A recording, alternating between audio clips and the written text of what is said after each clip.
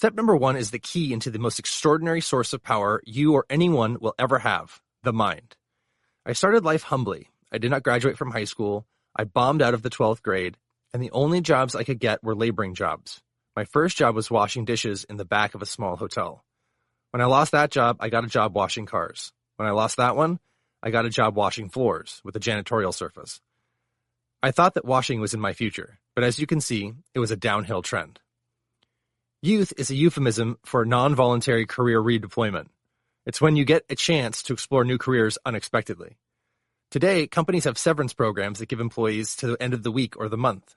In those days, the severance program was to the end of the hour, and they would fire you at 11:55 or 4:55.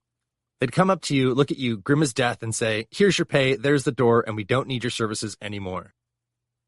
I would go from place to place looking for a job. I'd say, "I'm looking for work." And they would say, "We don't need much help right now." I'd say, "I'm the right person for you because I won't be much help," which wasn't helping my career. I worked as a construction laborer, carrying heavy things from place to place. I worked in sawmills, stacking lumber and trimming boards. One summer, I worked digging wells. I worked in the brush with a chainsaw. I worked in a factory, putting on nuts and bolts. I worked on a ship in the North Atlantic. I worked on farms and ranches. At one time, I lived in my car. When I was 23, I was an itinerant farm laborer, working on a farm during the harvest. I slept on the hay in the farmer's barn. We used to get up at 5 in the morning, and it was pitch black. I'd have breakfast with the farmer's family. We had to be out in the fields by the first light so we could get the crop in by the first frost.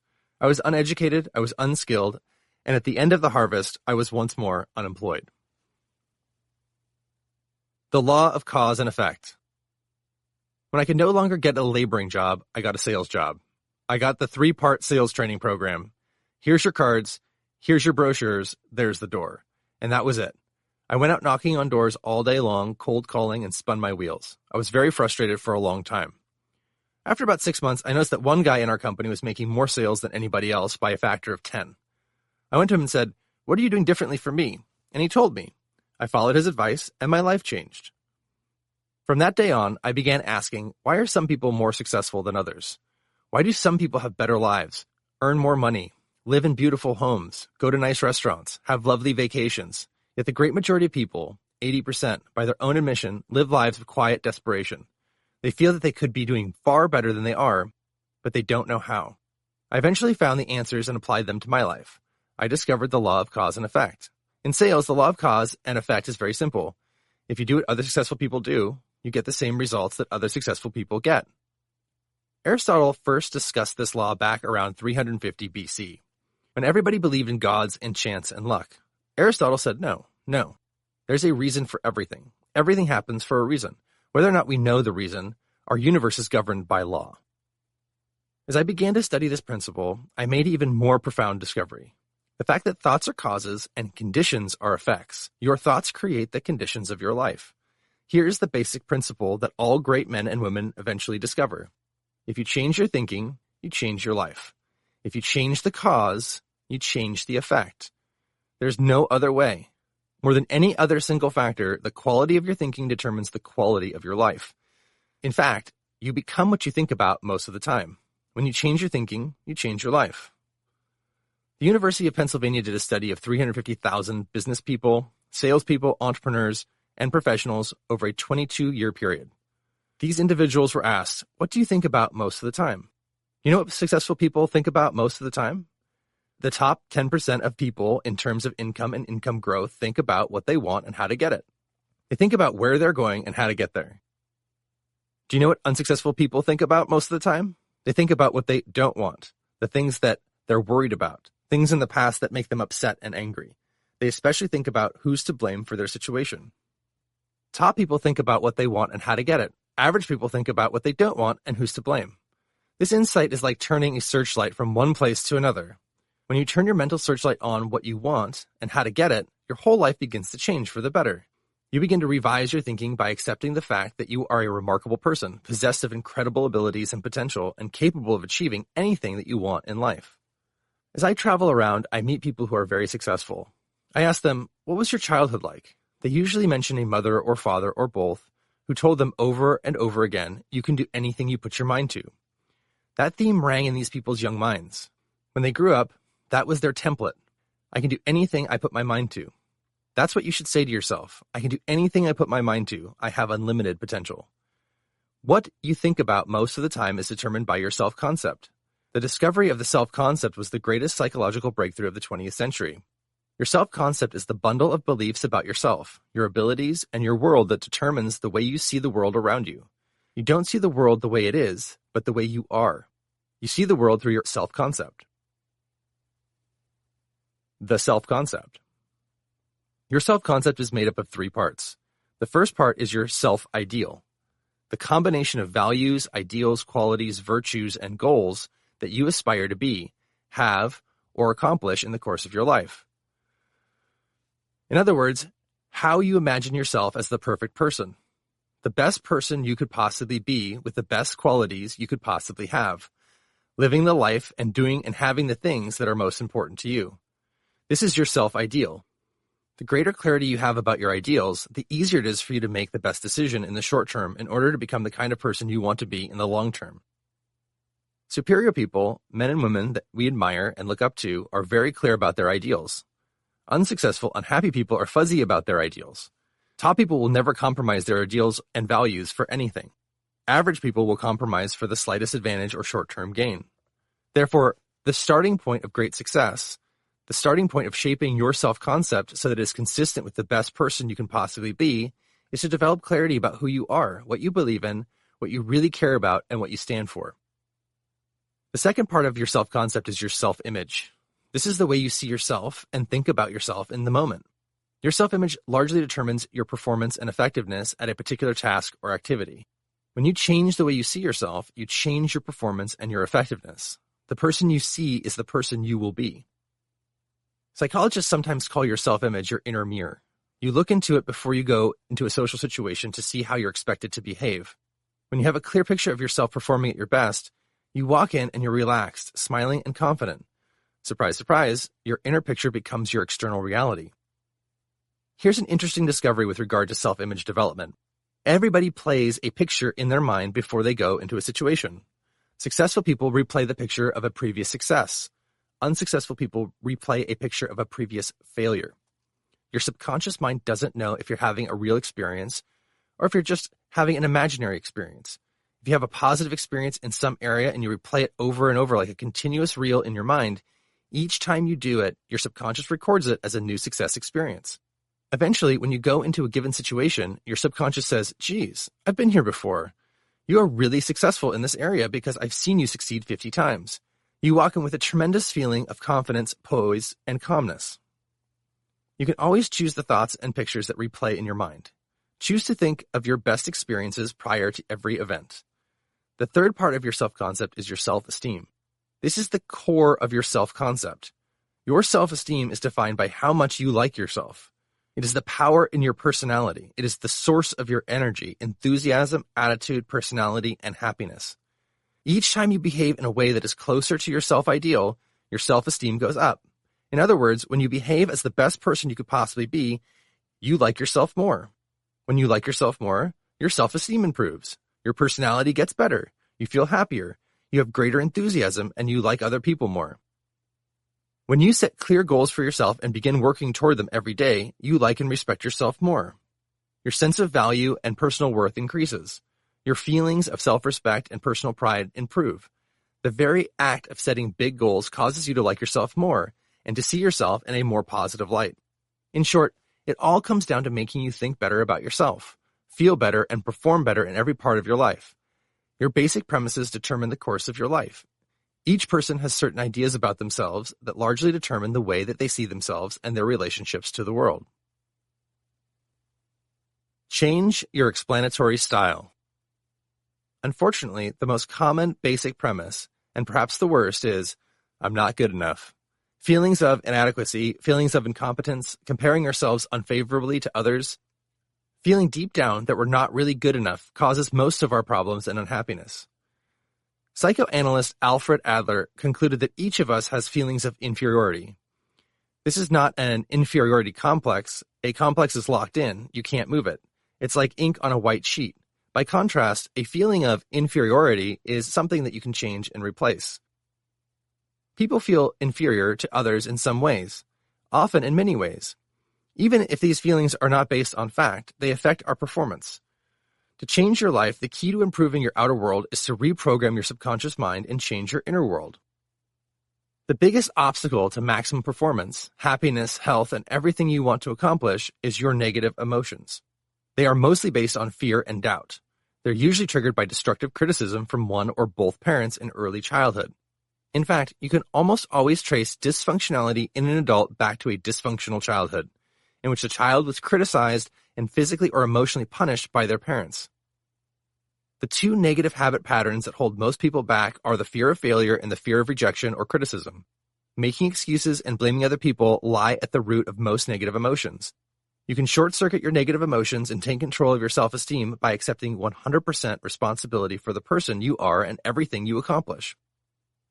The starting point of transforming your thinking is to change your explanatory style, the way you interpret your experience to yourself.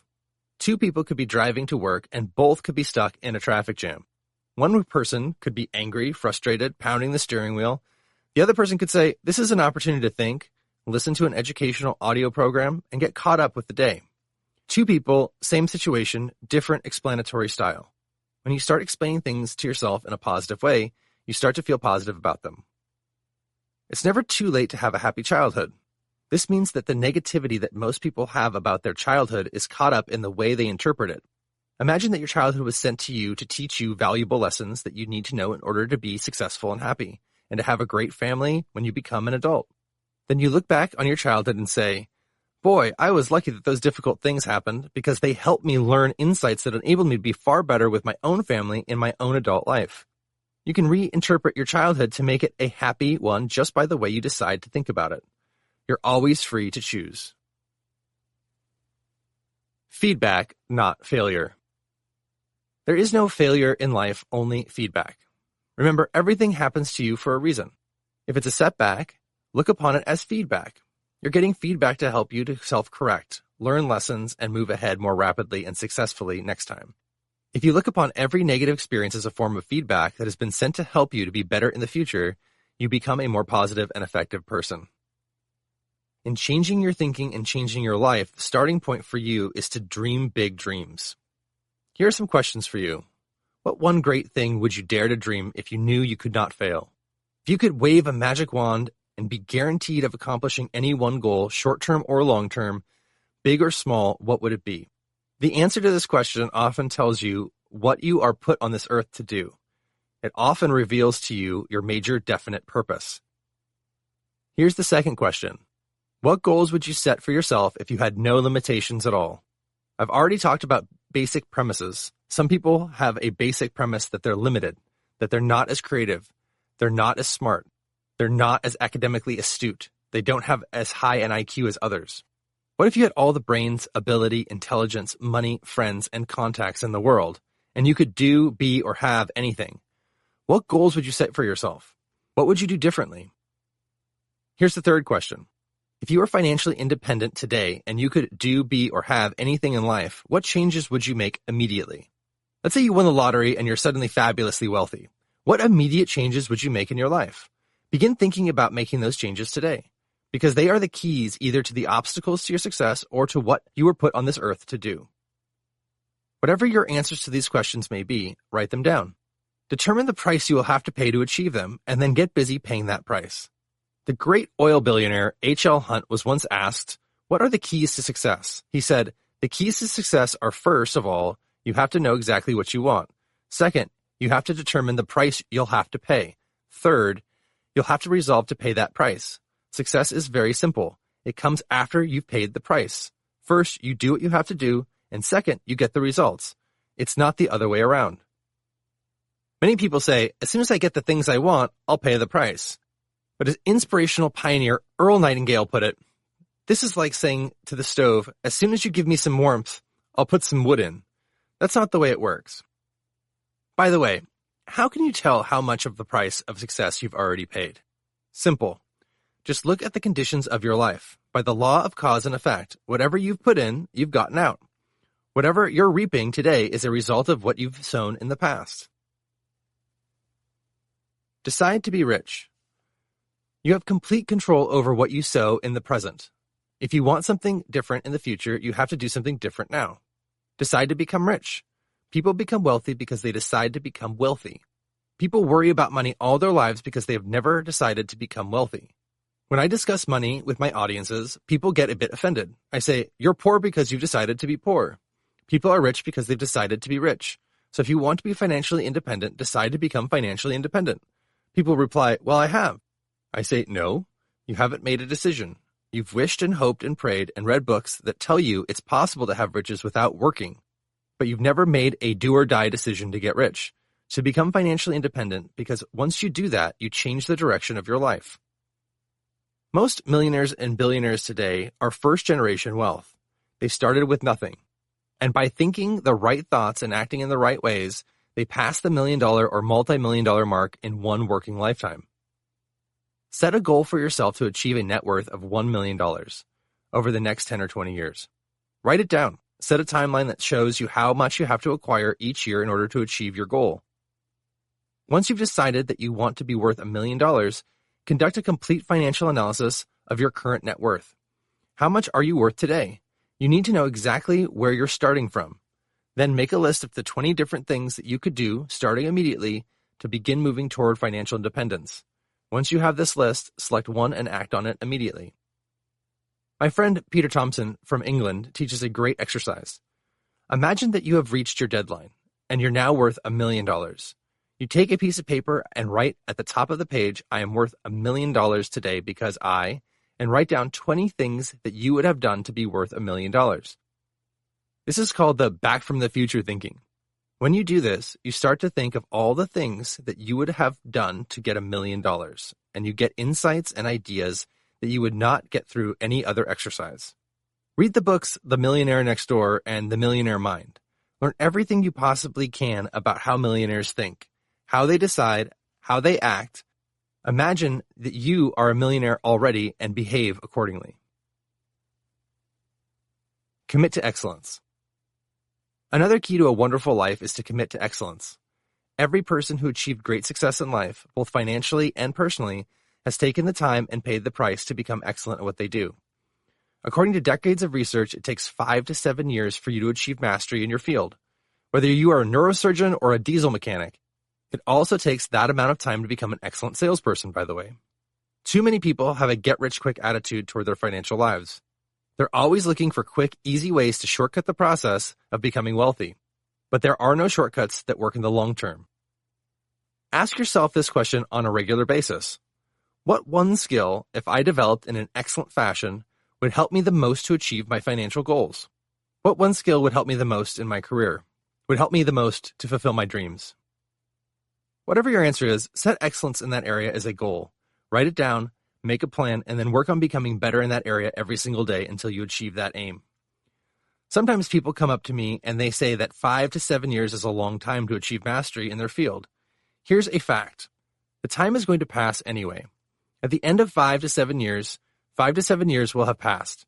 You'll be 5 to 7 years older. Where you are going to be at the end of those 5 years? Are you going to be at the top of your field? Or are you still going to be struggling down in the cheap seats with the average people who never make an extra effort to get better? Decide today to join the top 10% in your field. Remember, everyone in the top 10% started in the bottom 10%. To keep yourself mentally fit, feed your mind regularly with positive materials. Just as you become what you eat, you become what you think about, what you feed into your mind on a regular basis. Read something educational, spiritual, or motivational each day for 30 to 60 minutes. Start your day right, with mental protein in the form of highly nutritious reading rather than mental candy in the form of newspapers and television. If you read 30 to 60 minutes each day in your field, this will amount to about 1 book per week. 1 book per week will amount to 50 books per year. If you read 50 books per year in your field, you will get the equivalent of a practical PhD each year. Just reading 1 hour per day will make you one of the best educated and highest paid people in your field within 2 to 3 years. Listen to educational audio programs in your car regularly. Never play music or the radio when you're driving from place to place. If you use your car in business, you sit behind the wheel for 500 to 1,000 hours each year. This is the equivalent of 3 months of 40-hour weeks. This is the equivalent of 1 or 2 full-time university semesters while you're just driving from place to place. By listening to educational programs in your car, you can get the equivalent of a full-time university attendance in self-directed learning. You can become one of the smartest and most knowledgeable people in your field by turning traveling time into learning time, by turning your car into a mobile classroom, a university on wheels. Attend every course and seminar you possibly can. Choose the right people. Associate with other positive, success-oriented people. Get around winners and stop spending your time with people who are going nowhere with their lives. To be a great success, put people first. Be selective about the people in your personal life. The people you choose to associate will have a greater impact on your life and success than perhaps any other factor. Form a mastermind group of 3 to 5 people who are positive, goal-oriented, and ambitious. Arrange to get together with your mastermind group for breakfast or lunch at least once per week. Talk about what you are doing and the best ideas you've had in the last week. Share books and articles. Help and encourage one another to be more successful. Napoleon Hill, author of the inspirational classic Think and Grow Rich, researched hundreds of wealthy people.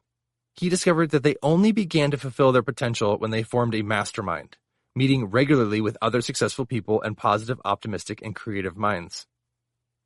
Each time you meet with another positive person, you will get ideas, insights, and inspirations that you can use to be happier and more successful. A positive association between 2 people, a man and a woman, can be the most powerful of all mastermind groups in achieving success. 7 orientations. Number 1, future orientation. Number 2, goal orientation. Number 3, excellence orientation. Number 4, result orientation. Number 5, solution orientation. Number 6, growth orientation. Number 7, action orientation. 7 orientations. To change your life, there are 7 ways of thinking, or what we call orientations, practiced by the happiest and most successful people. An orientation can be defined as a general tendency of thought. You may get off track on a regular basis, but you keep coming back to this way of thinking. These orientations are practiced by the top 10% of people in every field. The first is future orientation. You develop a clear, positive, exciting vision for your future, a 5-year fantasy of exactly what you want your life to be in the future. This future vision acts as a powerful motivating force for keeping you positive and forward-thinking. Leaders have vision. Non-leaders do not. When you develop an exciting vision for your future, you become a leader in your own life. The second is goal orientation. You become goal-oriented by making a list of 10 goals that you would like to accomplish in the next year. Select the most important goal from that list, make a plan for its accomplishment, and then work on your plan every single day until it's achieved. This one exercise will change your life, and I'll talk about it at greater length later. The third orientation is excellence orientation. Resolve to be the best at what you do. Join the top 10% in your field. Select the one skill that can help you more than any other skill today and commit yourself to becoming excellent in that one area. Get better, one skill at a time. The fourth is result orientation. In the final analysis, you are always and only paid for the results that you get for other people. Plan every day with a list. Organize your list by priority. Always concentrate on the most valuable use of your time. Ask yourself continually, what can I and only I do that will make a real difference in my life? Work on that single-mindedly. The fifth orientation is solution orientation. Life is a series of problems, difficulties, challenges, reverses, setbacks, and temporary failures. The way you respond to these ups and downs will largely determine your success and happiness. Always focus on solutions rather than problems. The more you think and talk about solutions, the more solution-oriented you will be. The more solutions you will come up with to solve the problems that arise as you move towards your goal. The sixth orientation is growth orientation. Dedicate yourself to lifelong learning. To earn more, you must learn more. Invest at least as much in your mind each year as you do in your car. If you spend as much on getting better in your field as you invest in your car, you're going to be rich, happy, and successful. The seventh orientation, which is the key to everything, is action orientation. Action is everything. Develop a sense of urgency. Move fast on opportunities and problems. Develop a bias for action. Be in continual motion toward your goals. Keep saying to yourself over and over again, do it now, do it now, do it now.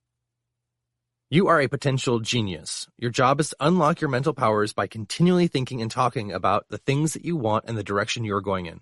Refuse to think or talk about things that make you unhappy or about problems and difficulties. Develop the habit of focusing single-mindedly on your most important goals, tasks, and activities.